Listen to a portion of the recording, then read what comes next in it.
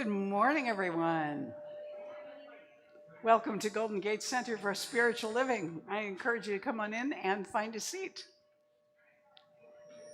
I'm Reverend Mary Marie Shelton. I'm the community spiritual leader here at Golden Gate Center for Spiritual Living. And I am delighted to welcome you this morning, especially those of you that are here with us online. We're glad that you took the time to tune in to be here with us this morning as well. So one of the things that we believe here at Golden Gate is that every person is an expression of that divine life. And also that whoever you are, wherever you may be on your pathway of faith, you're welcome here. So I'm very happy to see you, and we want to make sure that everybody is welcomed officially. So what I would like to invite you to do is stand up, walk around, introduce yourselves to anybody you don't know, welcome people you haven't seen in a while, and those of you that are online with us this morning, take a moment to give yourself a hug, go get another cup of coffee, and we'll be right back in a moment to sing the opening song.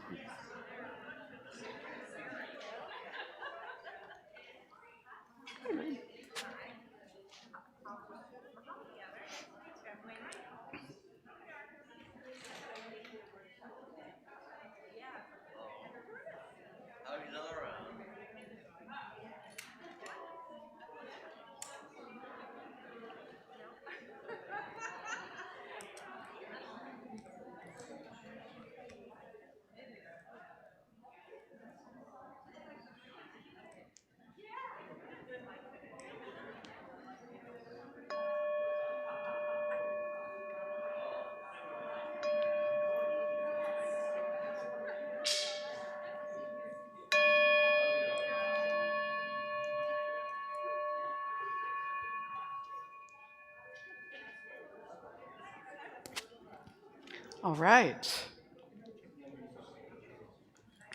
Thanks, everyone. We have Amy Steinberg back with us this morning for music on video. And you know Amy, she's crazy. Amy loves us. I have met her in person exactly once, but she absolutely loves Golden Gate. And she would love to be here with us at some point. She's in North Carolina, actually, in Asheville, North Carolina, and I guess she's survived everything that went on there this year, the flooding and everything else.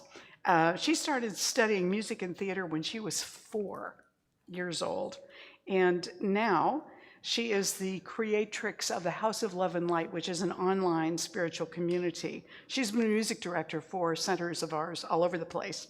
But she's happy to be back with us this morning, and we're always grateful to have Amy. So I want to invite you to please stand. This is a song of hers. We've done it once before, and it's really easy to learn.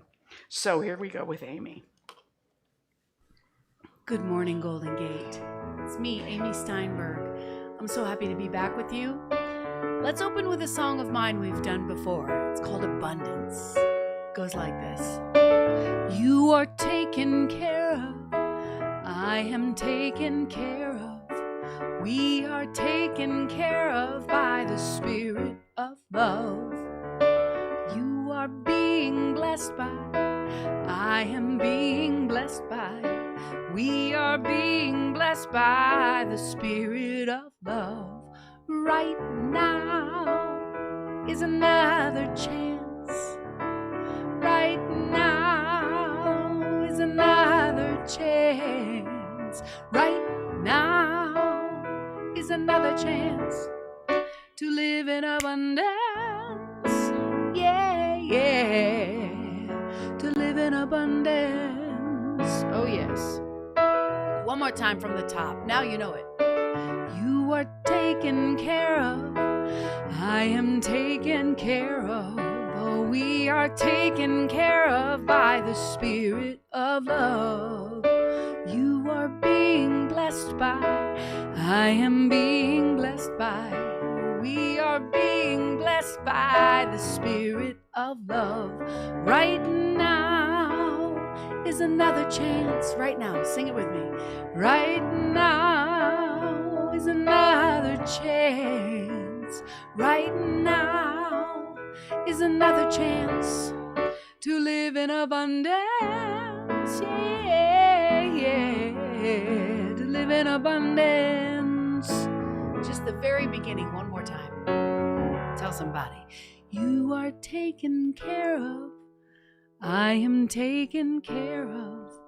We are taken care of by the Spirit of love. Give yourselves a hand. You sort of remembered that. It started to come back. That's great. And go ahead now and silence your cell phone so that it won't interrupt us mid-service. And just be prepared now to turn within and kind of center yourselves as we begin to come into consciousness together as a congregation for the service. So Leslie Janetti is going to come up now, our licensed prayer practitioner here this morning, and pray us in.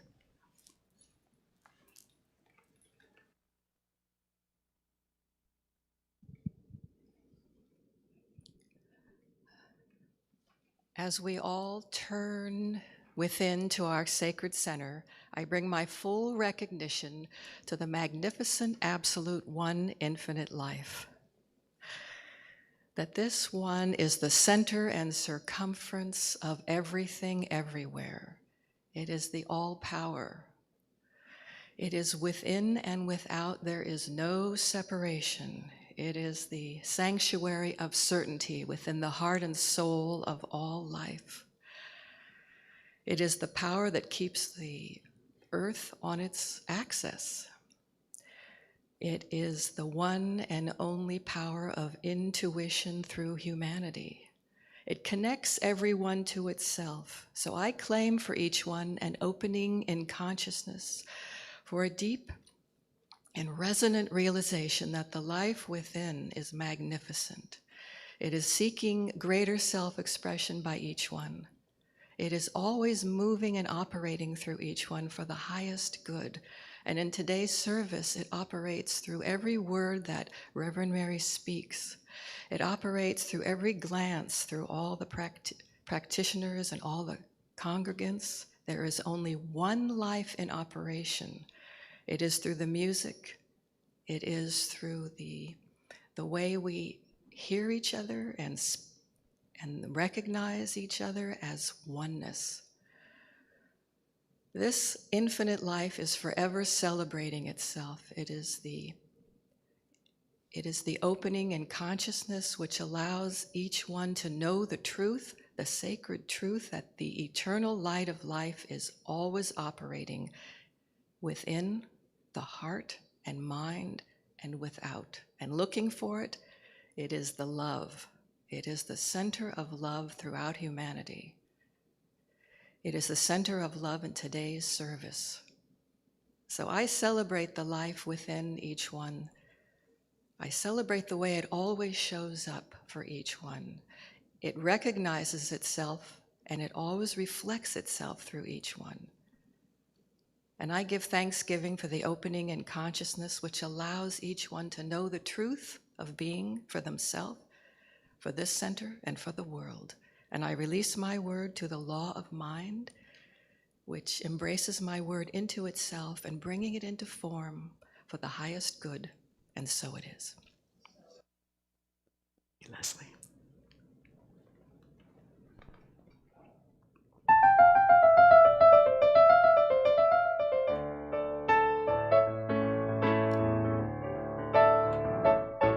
You could go ahead and tiptoe through your life, digging in the dirt, you could stress on the strife. I'm gonna fly past the worry and the pain today. I'm flying on faith. I'm flying on faith. Said you could cry all night about the things that you hate, so dissatisfied in so many ways, but I'm gonna find a way to celebrate today. I'm flying on faith. You know that part, sing with me. I'm flying on faith. You got it.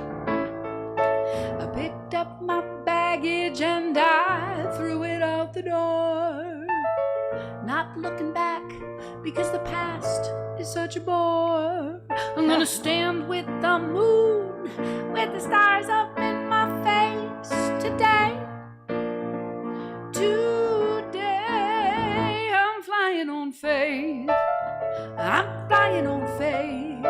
Yeah, come on.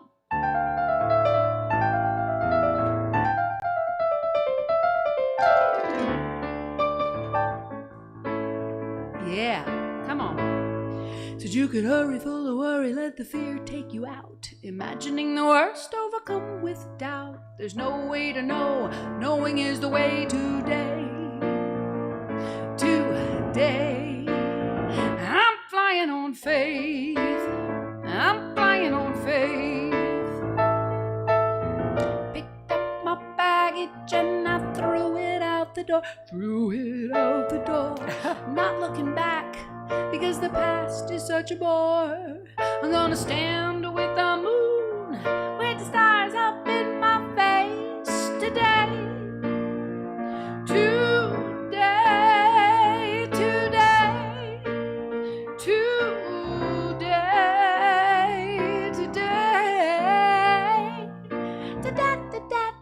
Today, today, today, today, today. I'm flying on faith. Are you flying on faith?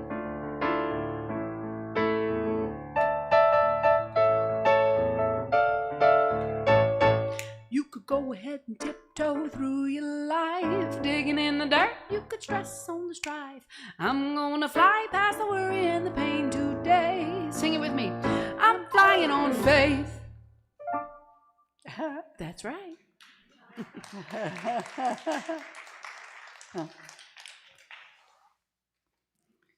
Yes, playful, that's the way to enter December.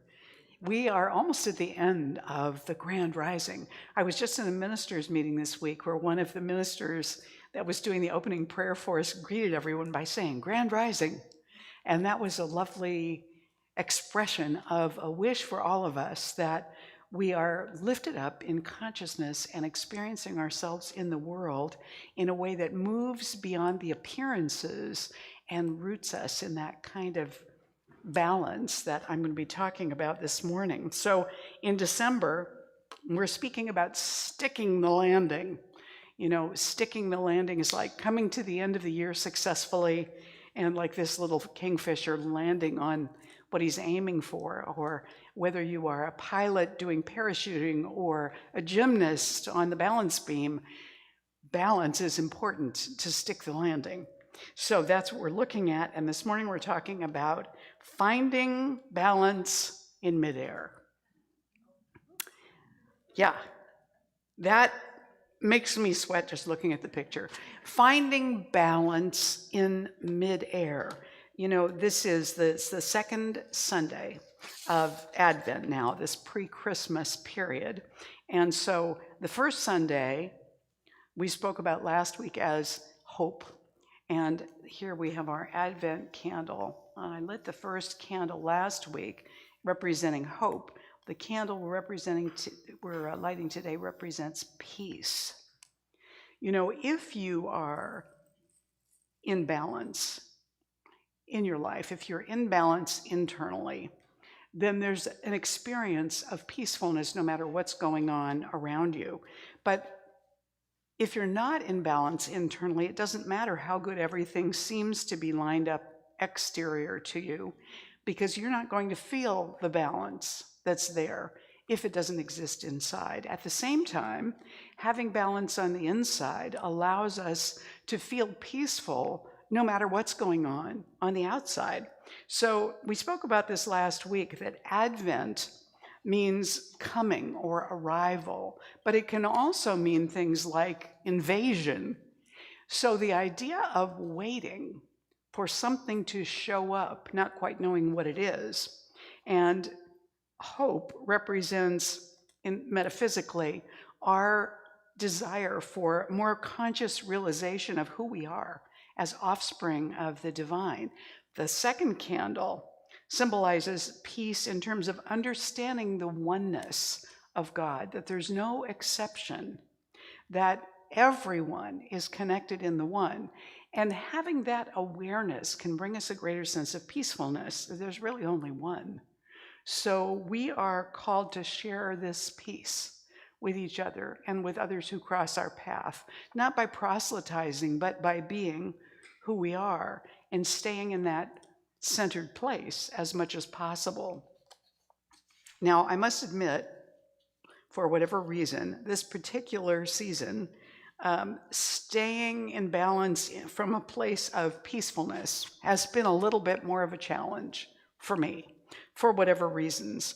And so I found this little story yesterday. One of the things for me about humor is that it always shakes me loose from whatever it is I'm stuck in at the moment. So an Irishman by the name of Brendan O'Connor, he was not the most brilliant scholar, but he was a brilliant portrait artist. And so in a short number of years, his fame grew, and people from all over, not just all over Ireland, but all over really, were coming to this little town in West County Clare to have him paint their portraits. So on a rare sunny day, a beautiful young English woman arrived at his house in a stretch limo and asked if he would paint her in the nude.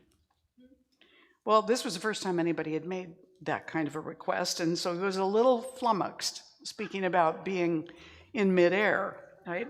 He was a little bit flummoxed, and particularly when she told him that money was no object, she was willing to pay up to £10,000.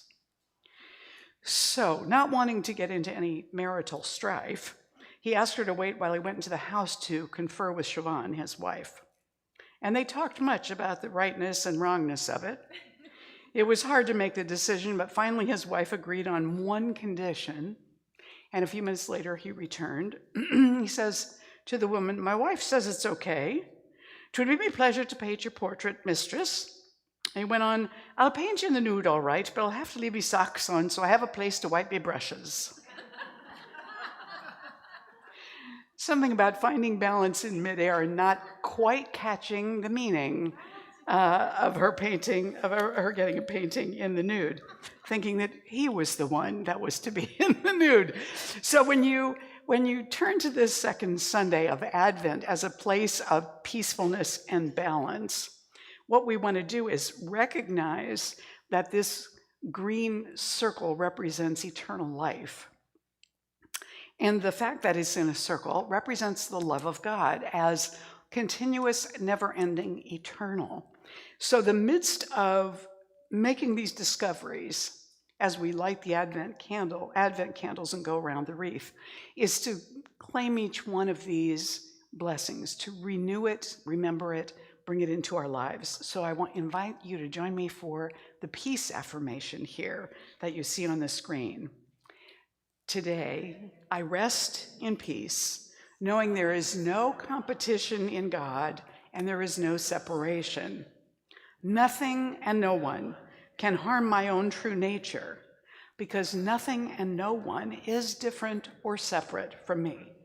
As I feel and welcome this truth, I am enfolded in peace. And that's what we want to go for. December can be so stressful for people ordinarily, just with all the festivities and decorations and shopping and cooking and all that stuff, that we can get a little overwhelmed. And then particularly if all the gatherings are happening at our house, it can be a little overwhelming. We want to remind ourselves at this point, still early in the month of December, to touch back into that place of peacefulness. So balance and peacefulness, what does that really mean? What does that really represent? To come into balance, it means that we are carrying within us some of whatever the opposite of balance is. To come into peacefulness, that we carry some of what is the opposite of peace inside of us. And the reason we do that is because in order to be balanced, we have to have the compassion to understand. And we only have that if we have the same qualities of concern or doubt or lack of peacefulness inside ourselves that somebody else might be carrying in greater abundance. But the clue is to remember that they too, no matter what it looks like, are carrying some balance and peacefulness in them too, even if the percentage isn't very great in the moment. So darkness reveals light. I said last week, I quoted the poet Theodor Retke, who said, "In a dark time, the eye begins to see." You know, as you're in darkness, your eyes become accustomed to the darkness, and then they get attracted to the light, because that's what reveals what's there. But the darkness itself emphasizes and reveals the light to us. If there were never any darkness, we wouldn't even recognize the light as something. But because we have the balance, we see both of them. So darkness reveals the light, and light tends to dispel darkness. And you can't go and flip a darkness switch on, but you can go and flip a light switch on, and the darkness disappears. And yet its presence allows us to see where the light might be. So each of these requires the other to exist, to have a recognizable existence. Our founder, Ernest Holmes, said, first of all, you must arrive at peace of mind. First of all, you must arrive at peace of mind. It is only on the basis of peace that you can persist with absolute certainty. And I don't know that we even do persist with absolute certainty. But peacefulness certainly allows us to extend forward with a greater sense of possibility, with a greater sense of hopefulness that we're going in that direction. Louise Hay, who you may not know was a religious science minister, also said, no person, no place, and no thing has any power over us, for we are the only thinkers in our mind. When we create peace and harmony and balance in our minds, we find it in our lives. So we're in the process then of finding that greater peace and balance in midair. One of the things about having inner peacefulness and balance is that it begins to make us fearless. If we can orient ourselves to be inwardly in balance in the middle of the storm of conditions, we feel an inner peacefulness that helps to guide us. Even when everything around us seems to be in chaos, we carry a little bit of that chaos, so we're already acquainted with it. And what that means is that we don't have to be overwhelmed with fear about it, because we're already familiar with it. In a sense, we know its name. We have its number. So when we feel that discomfort or fearfulness, it's okay then to look at it and say, no, I don't give you power over me. I am putting my attention on balance and peacefulness, because that's the heart of my true nature right there, the balance and peacefulness that outlasts every condition. Melody Beatty said, letting go helps us live in a more peaceful state of mind and helps restore our balance. Letting go. Letting go to me means not trying to control everything. And it also means something about forgiveness, about letting go of this stuff I'm hanging on to that I've been upset about or angry about or my feelings have been hurt about. Anybody ever have your feelings hurt? Yeah. Was it ever been hard for you to not remember that that person hurt your feelings at some point? Will Rogers said once, if you, let's see, what did he say? You can either forgive or forget. Choose one. So either forgive it, let it go, or forget it, in which case you've kind of forgiven it anyway. If you can't forget it, then forgive it. Do one or the other. I thought that was a great piece of advice. Being in balance requires that we have choices available to us. If we're always in balance, we don't discover the magic of finding our way back to that centered place and recognizing what it is. Anything that's given automatically that we've always had and never been without, it makes it difficult for us to have an understanding or compassion or forgiveness towards someone who's acting out of a condition that we've never experienced. It's much more difficult for us to relate to it and feel compassionate about it. I've looked for years to try and find this quote that I think was by Benjamin Franklin, but maybe not. But it was something like, if you've never experienced X, people who've never experienced whatever it is, have a hard time believing that it's so. They have a hard time believing that it exists or that it's that big of a deal, or that someone is suffering that much from it. You know what I'm saying? And so it's useful for us to be aware of the places where there's a disconnect and we don't relate to somebody who's having a difficult experience. Perhaps in the recognizing that we don't have any idea what that's like, we can expand our assumption that they are needing compassion. We can expand our willingness to be compassionate, even if we're not able to relate directly. Does this make sense, what I'm saying to you? Yeah. So we have to have the choice in order to be able to create that balance in our lives. I think about yoga. How many of you have done yoga or tried it? This looks great. Maintaining that, or maybe even reaching it at this point in my life, would be much more difficult. Just trying to get into that position probably puts me in danger of bruising. But maintaining that, staying in that position, like a dancer or a skater or an acrobat, staying balanced in that position, it's a dynamic experience. We never, ever get into balance in one place and just stably stay there. And it would be kind of boring anyway. The dynamic process is a little more fun and a little more scary and a little more interesting than getting locked into some particular place.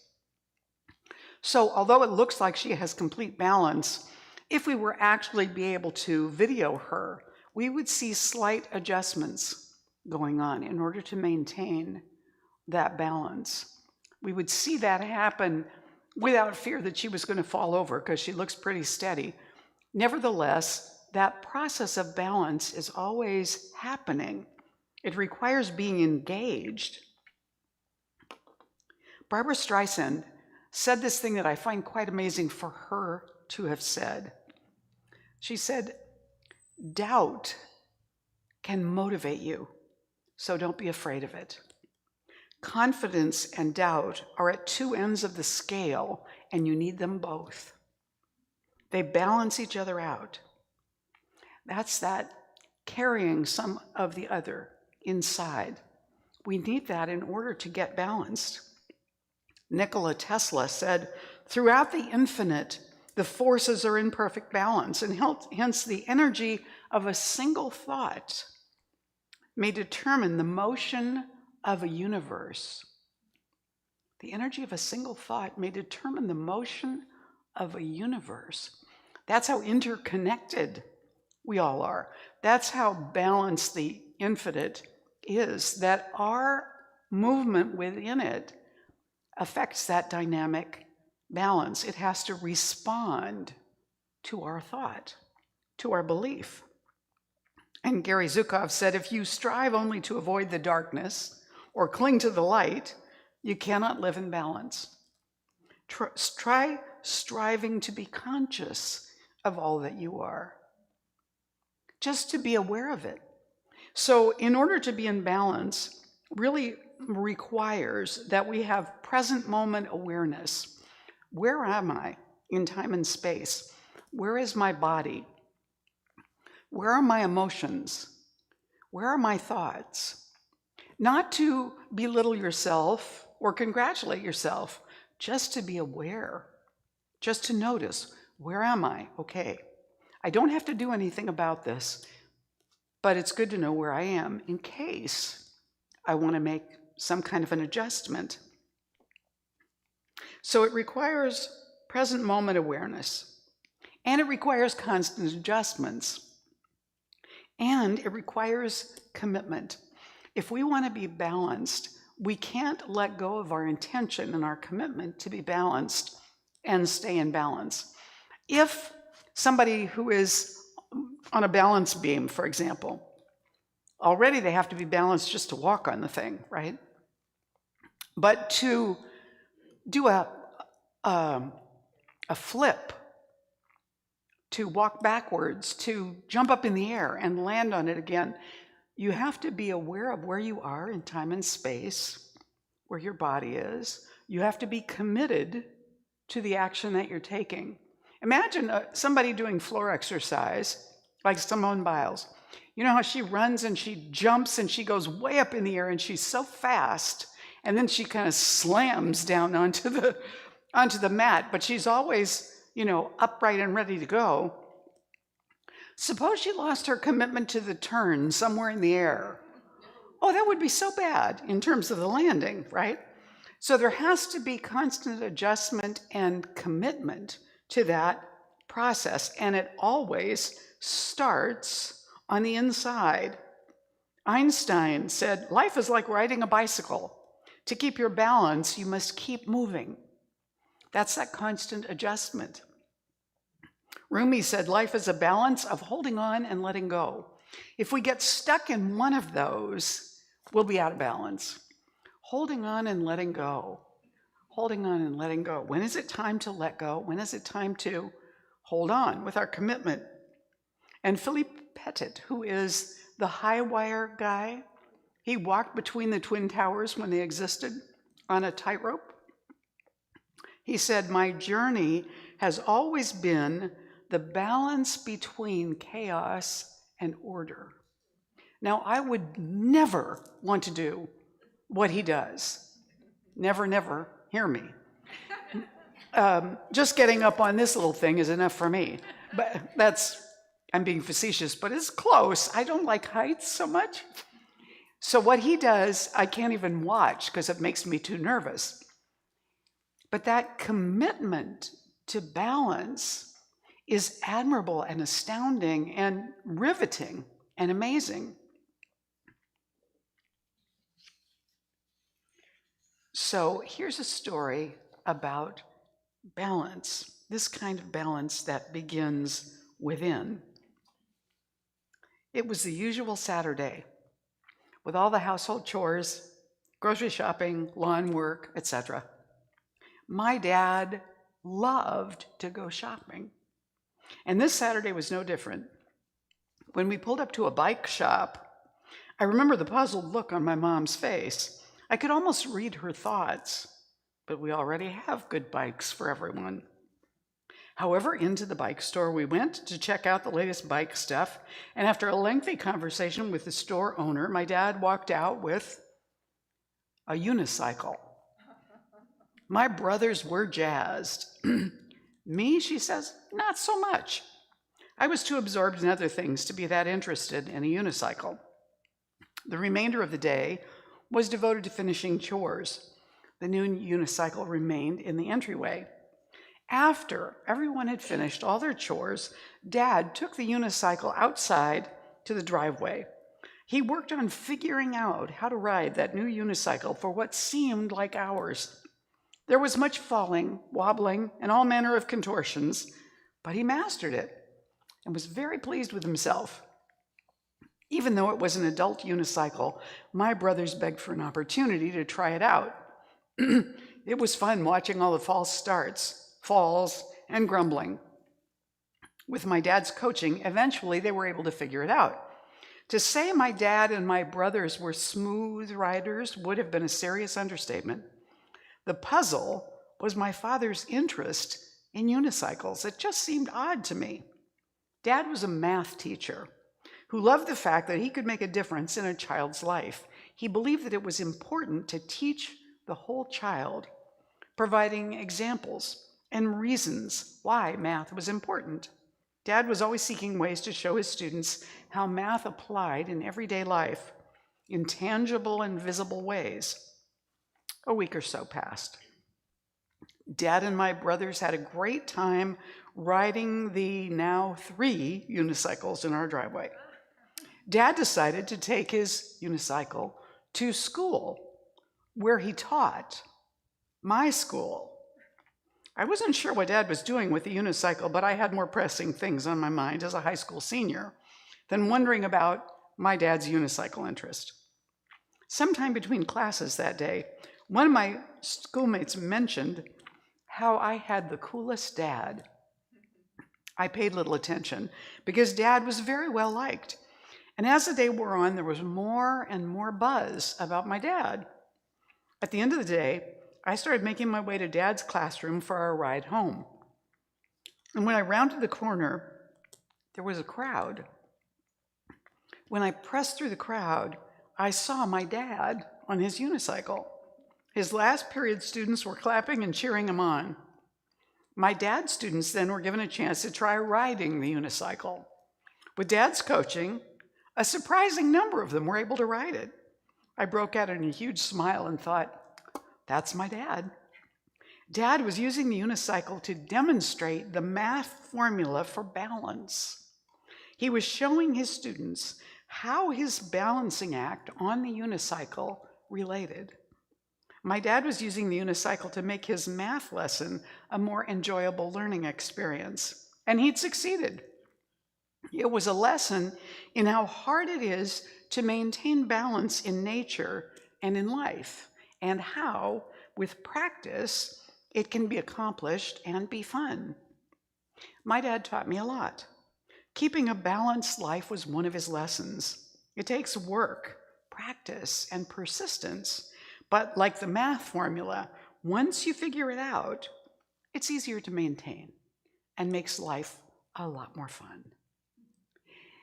So whether you're feeling very balanced right now or precariously unbalanced, you're exactly where you need to be, and even when you look like you're out of balance, you're just in that dynamic part of the process of regaining your balance. So don't worry, take a breath, notice where you are, even if it's in midair. Notice where you are emotionally, where you are in your thoughts and your spirit, and take a breath and recommit yourself to being balanced from the inside out, and that will make December 2024 a lot more fun. Namaste.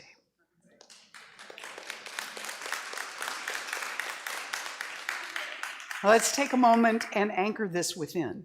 So, as we turn within right now, we recognize that there is only one, and that one is everywhere in everything all the time, and it is never out of balance. Because we're made from that, we are part of a vast balance. And so the balance that we hope for and require is right where we are already.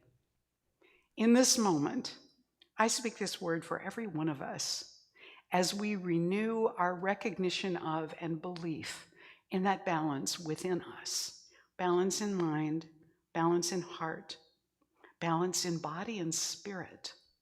Wherever we're standing, however we're oriented, whatever it may feel like in the midst of conditions and experiences, we reclaim inner balance. This allows us to rise from the conditions, to stand firmly, even in midair. And we are grateful to know that this process is taking place for us, through us, around us, and in us right now. Inner balance is being restored or reaffirmed wherever it is. And we are grateful for this reminder and to know this truth together. So we let this prayer go into the law now and simply release it and let it be.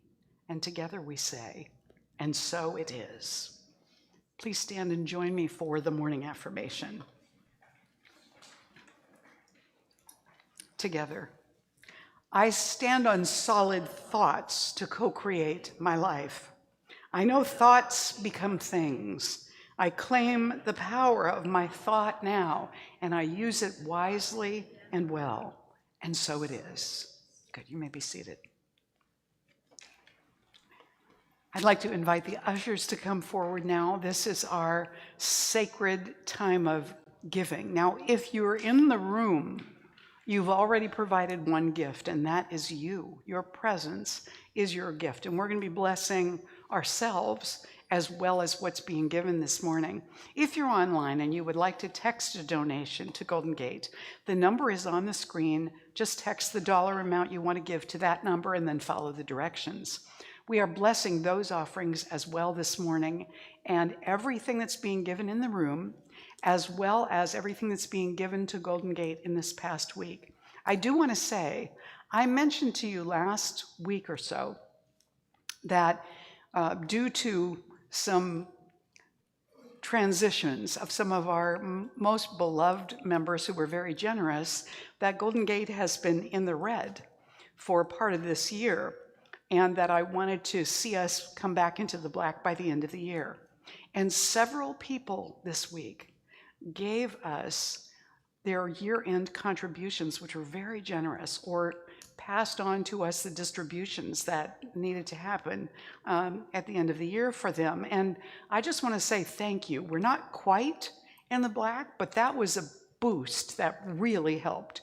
So if you find that you can give extra on any of these Sundays or mail something to the office, we would love that.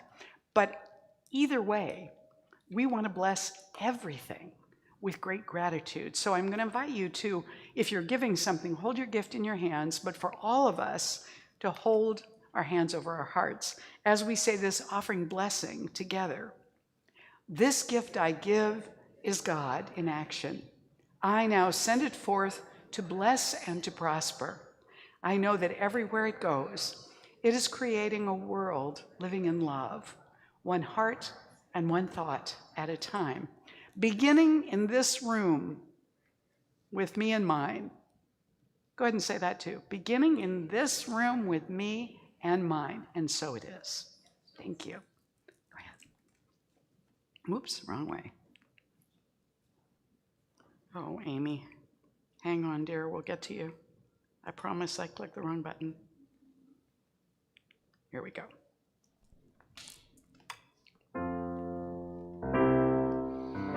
I want you to remember this. You can always stand tall because you stand on sacred ground. Amen. My life is a canvas. This world is unknown. Let me be a masterpiece of the goddess on her throne, yeah, of the goddess on her throne. Your life is a treasure. This world is a dream. And you are the gold, don't you know you're so precious as you can be. You're so precious as you can be. So stand tall, tall as you can, 'cause playing small does nothing at all, yeah. Stand tall, tall as you can, playing small does nothing at all, does nothing at all, does nothing at all, does nothing at all, does nothing at all.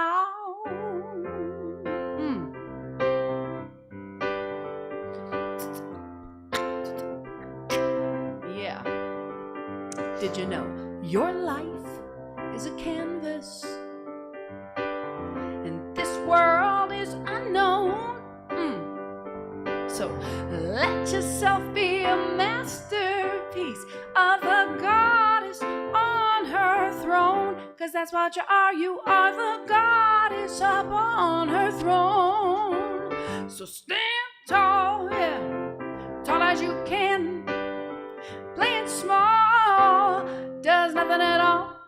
Sing it with me. Stand tall, tall as you can. As tall as you can. Playing small does nothing at all. Would you clap it up with me? Stand tall, yeah, tall as you can. Come on. Playing small does nothing at all. One more time. Stand tall, tall as you can. 'Cause playing small does nothing at all. Nothing at all. Nothing. Love you.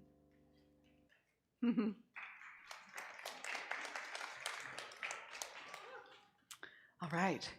So on behalf of Golden Gate Center for Spiritual Living, we do, all of us together, send this offering that we have received out into the world to seed peace. And so it is.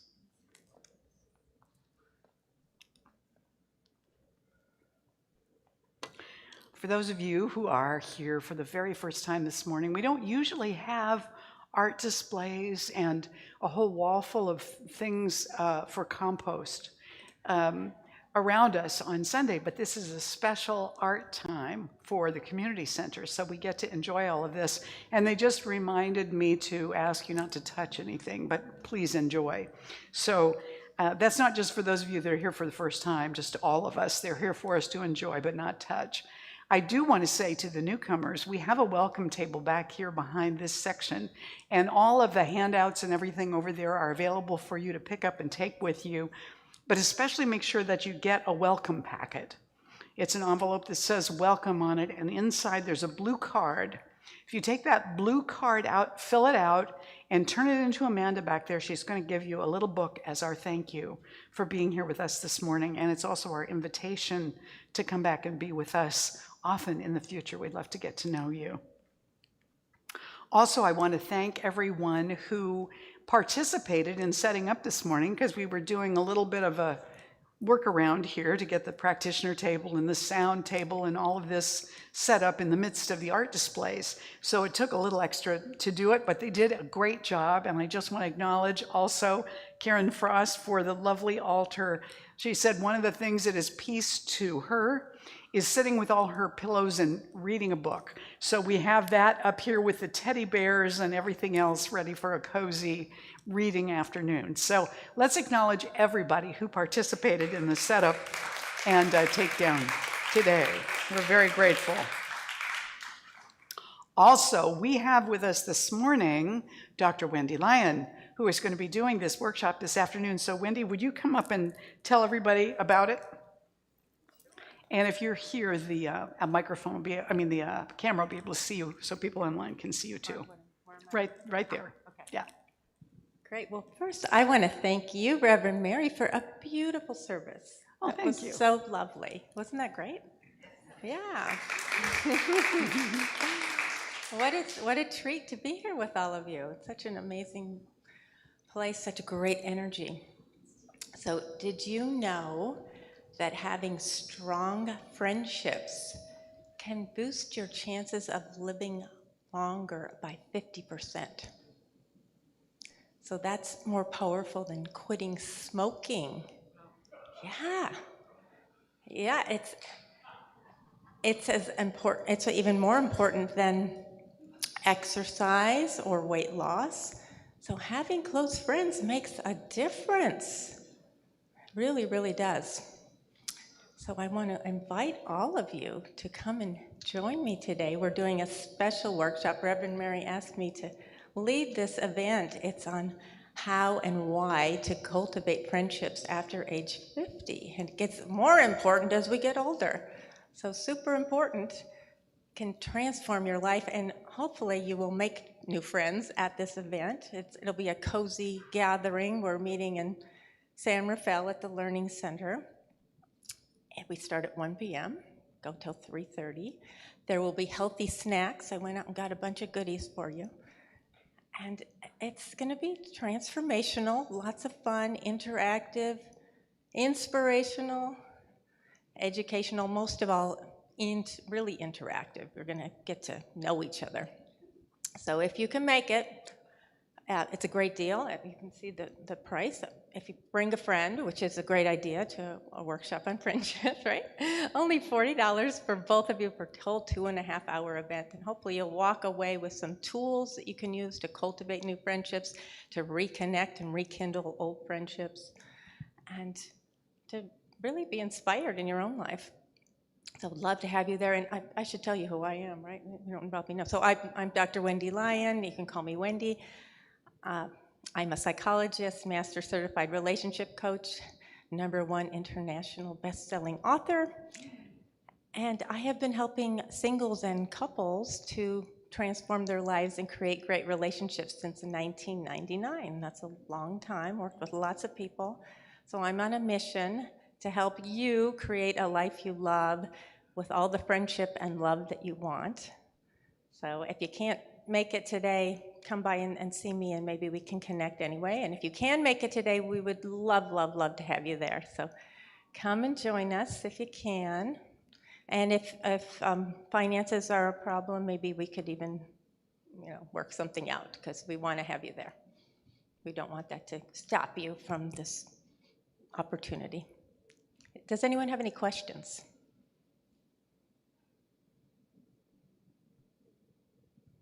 You can always come and find Wendy Yes. after the service. I'll too, be if you I'll want be to here. also I'm be here for a hanging little while. out, so Yeah. come by and see me.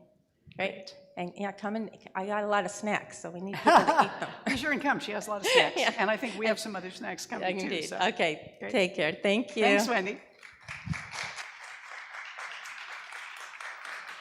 So that should be really fun. Grab something to sustain yourself if you want to. Make sure that you get over to the office by about 1:45. The building is locked on nights and weekends, so somebody will have to be down there to let you in, but we don't want them to miss the workshop either. So get there early so you can get in, get yourself arranged, and then we'll go from there. All right, next Sunday, the Holiday Arts and Crafts Fair is going to be taking place right here. And remember that the vendors tithe a percentage of their sales back to Golden Gate. So Golden Gate gets some income from this event as well. If you are a vendor and you would like to have a table or part of a table for next Sunday, today, please talk to Sophie. Sophie is a tall blonde over here, beautiful lady. Talk to Sophie. She will manage getting you all signed up for that. And the craft fair will be from 11:30 or whenever we're finished here in the service to 1 o'clock or whenever everybody's done. So we're going to do that. If you have a vendor table and you don't sell anything next week, we won't charge you for the table. So feel free to give it a shot. Also, anybody that would like to support Homeward Bound, we used to do a gift tree, but rather than buying gifts, this year we're just receiving contributions for Homeward Bound. So anything you want to give, cash or check, make it out to Homeward Bound, give it to Sophie next week, and she'll be able to turn that in to them. And she'll even be able to give you a receipt if you want one. So that's a good deal too. All right, the last Sunday of this month, we will be holding our Sunday celebration at the Best Western Corte Madera Inn, which is, on the north side of the mall over on Madera Boulevard. So we will be there at 10 o'clock the last Sunday of the month. Now don't worry, I'll put it in the newsletter and we will keep telling you that for the next few weeks so that hopefully you won't show up here and discover a locked building because the building is going to be closed that weekend. So we're moving over there. And also that day is the day we have a wonderful Fifth Sunday brunch at Jet Walker's home. And please sign up back on the activity table here on that sign-up sheet if you're interested in coming to Jet's, because she needs to have some idea how many people are coming. Food will be provided. You only need to bring food if you have dietary restrictions that you need to eat a specific kind of food. And it will be from 1 to 3. You will need to carpool. There's not parking really. There's not much parking at all. So if you can figure out with others how you're going to arrange that, that would be best. But then get yourself over there. We're going to have a lovely time over there tomorrow.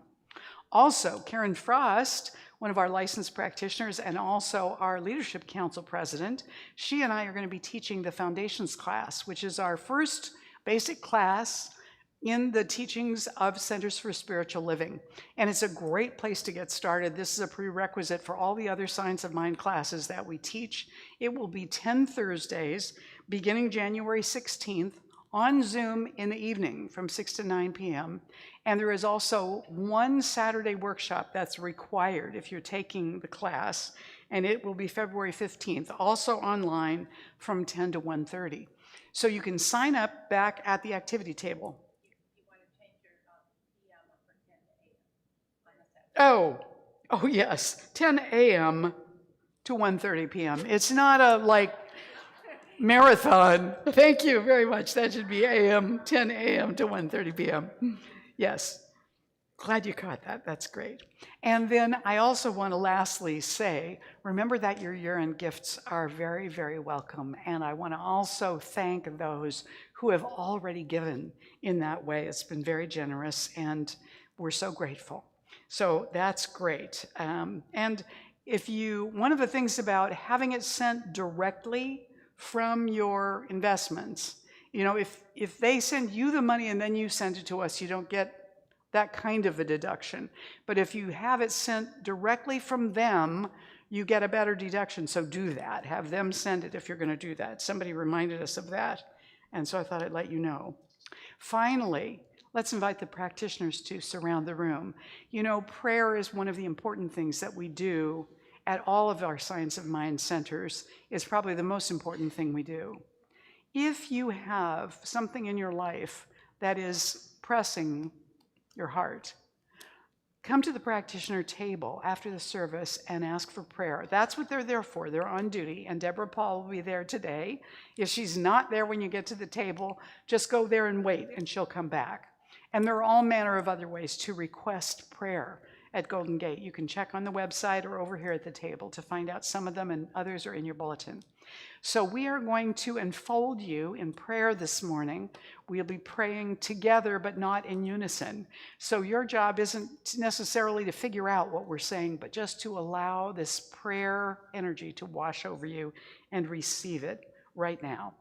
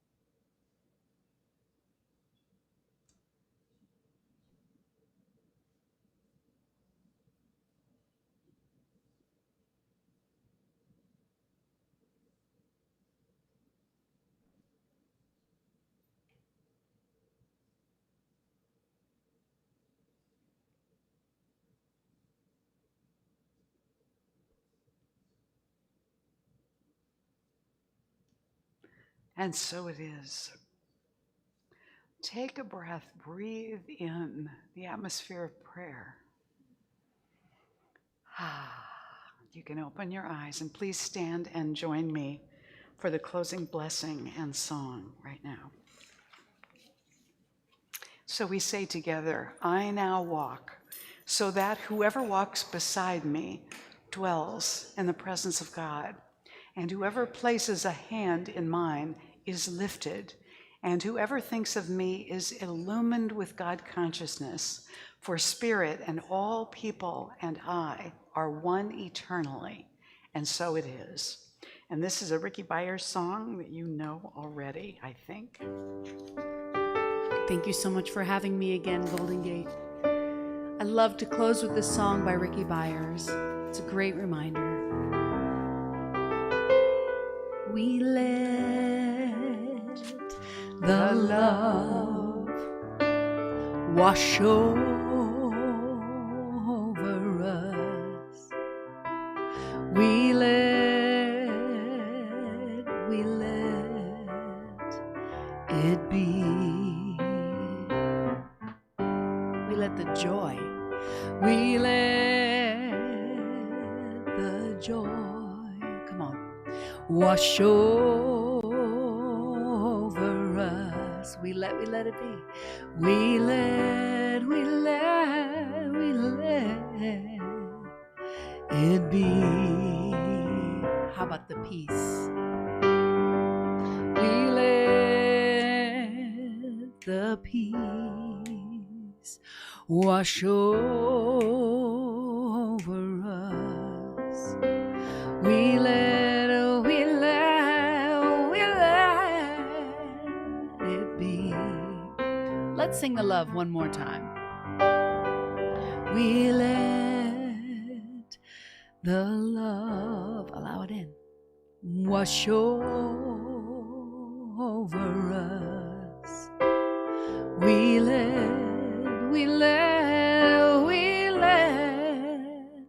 We let it be. Have a fabulous week and an amazing holiday. I love you so much.